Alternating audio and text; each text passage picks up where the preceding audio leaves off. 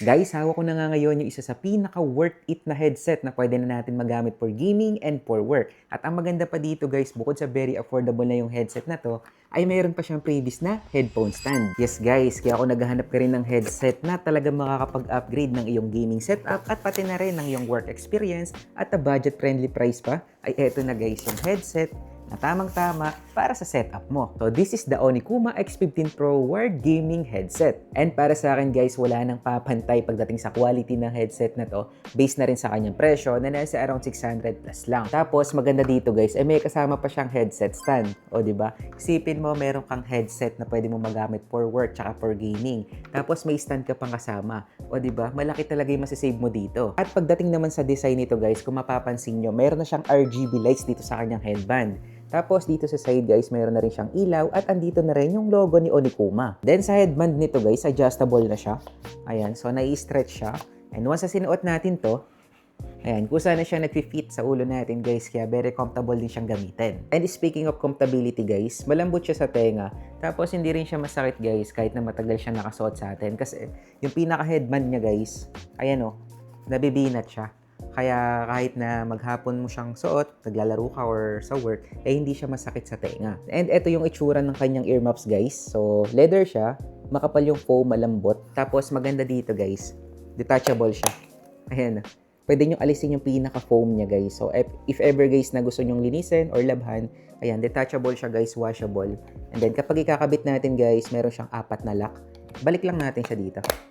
Ayan, okay? Ayan, good to go na ulit yung ating headset. Magaan nga lang din pala to guys, kaya goods na goods to kung magdamag ka rin naglalaro or kung babad ka rin sa computer. Then, pagdating naman sa kanyang sound quality is meron na tong 125 decibels at malakas na rin yung bass niya. And ngayon guys, kapag ginamit naman natin siya for gaming, ay meron naman siyang stereo surround sound of audio. So, ito yung sound quality guys na kung saan halimbawa naglaro ka ng Valorant, Counter-Strike, or kahit anong FPS games, ay clear mong ma-identify dito sa left and right ng headset yung mga footstep, yung gunshot, and yung mga sound effects sa mga games na nilalaro mo. Plus, bonus pa dito guys, kaya pwede rin natin siyang gamitin for work para sa mga naka-work from home is yung quality ng kanyang microphone. So, yung mic kasi nito guys is merong noise reduction. So, halimbawa medyo maingay sa bahay nyo o kaya merong mga nag-uusap sa surroundings mo, ay hindi na siya maririnig na kausap mo dito sa headset dahil binabawasan na nito yung ingay na nare-receive ng microphone. Kaya perfect din to guys sa mga naka-work from home, sa mga BA, sa mga ESL teacher para makapag-work tayo ng maayos. And eto naman guys, yung actual microphone test natin dito sa ating headset.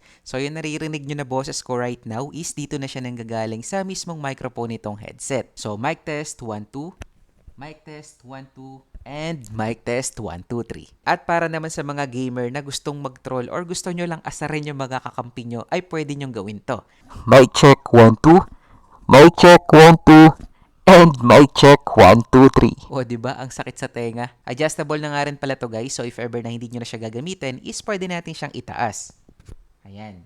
At ang isang dahilan pa kung bakit nagustuhan ko nga yung headset na to ay dahil pwede natin siyang gamitin sa lahat ng device. Pwede sa PC, sa tablet, sa cellphone, or kahit sa mga console guys. Pwedeng-pwede to. Dahil yung saksakan nito guys is universal na 3.5mm jack. And if ever naman guys na gagamitin nyo siya sa ating mga PC ay huwag kayong mag-alala dahil may kasama na siyang PC splitter. So i-connect lang natin siya dito sa main jack ng ating headset. And then, eto na yung isasaksak natin sa ating PC. So, dito meron tayong green jack para sa audio at meron namang red jack para sa microphone. Ngayon naman guys, halimbawa is gagamitin nyo siya sa cellphone tapos walang saksakan ng jack guys. Type-C lang, yung headset natin is naka-jack. Pwede kayong gumamit guys ng mga connector or splitter para mapagana at ma-connect natin yung headset sa ating mga cellphone. So, plug lang natin dito yung ating headset. Plug natin dito sa phone. Check natin kung mababasa siya ng ating cellphone. Ayan guys, na-detect na siya at na-read na siya ng ating headset. So ganun din guys, kung ang gamit nyo is tablet or iPad na naka Type-C or naka Lightning, pwede nyong gamitin guys ng splitter para makonect natin yung ating headset. Then para ma-check ulit natin kung gumagana ba talaga siya sa phone, play ulit tayo ng music.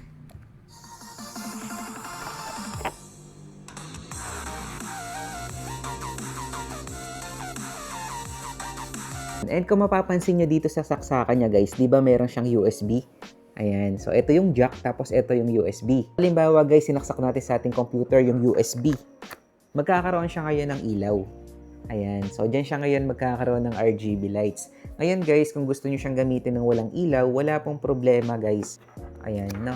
So, wag nyo lang i-plug tong USB. Ang pinaka-importante guys, ito yung nakasaksak sa ating mga device, no? So, dito po nanggagaling yung mic at yung audio ng ating headset. Then, dito naman sa likod ng headset guys, meron na siyang controller para sa on and off ng kanyang microphone. May volume rocker na rin siya dito sa ilalim guys para mas madali nating ma-adjust yung kanyang volume. And eto naman guys, yung previous niya na headset stand. So, kagandahan dito guys, hindi mo na ilalapag yung headset mo kung saan-saan. Kasi eto, pwede mo na ditong ilagay yung ating headset para hindi siya na dudumihan, tsaka maganda siyang tignan sa setup natin. So, ito yung itsura ng stand guys. Ayan, simple lang, napaka-simple lang. Pero guys, pag nilagay natin yung headset, ang ganda niya ng tignan. O, di ba? Inside the box naman guys, meron na siya ditong user manual. And then, meron na rin siya ditong mga stickers from Onikuma. Ayan, mga customized stickers natin. And syempre guys, yung splitter natin pang PC. Yes guys, kasama na to. And ito pa pala yung maganda guys. Meron pa siya ditong cat ears accessories. So, itong cat ears guys, kung nakikita nyo minsan sa mga streamer guys, meron ganito sa headset nila. So, ito yun.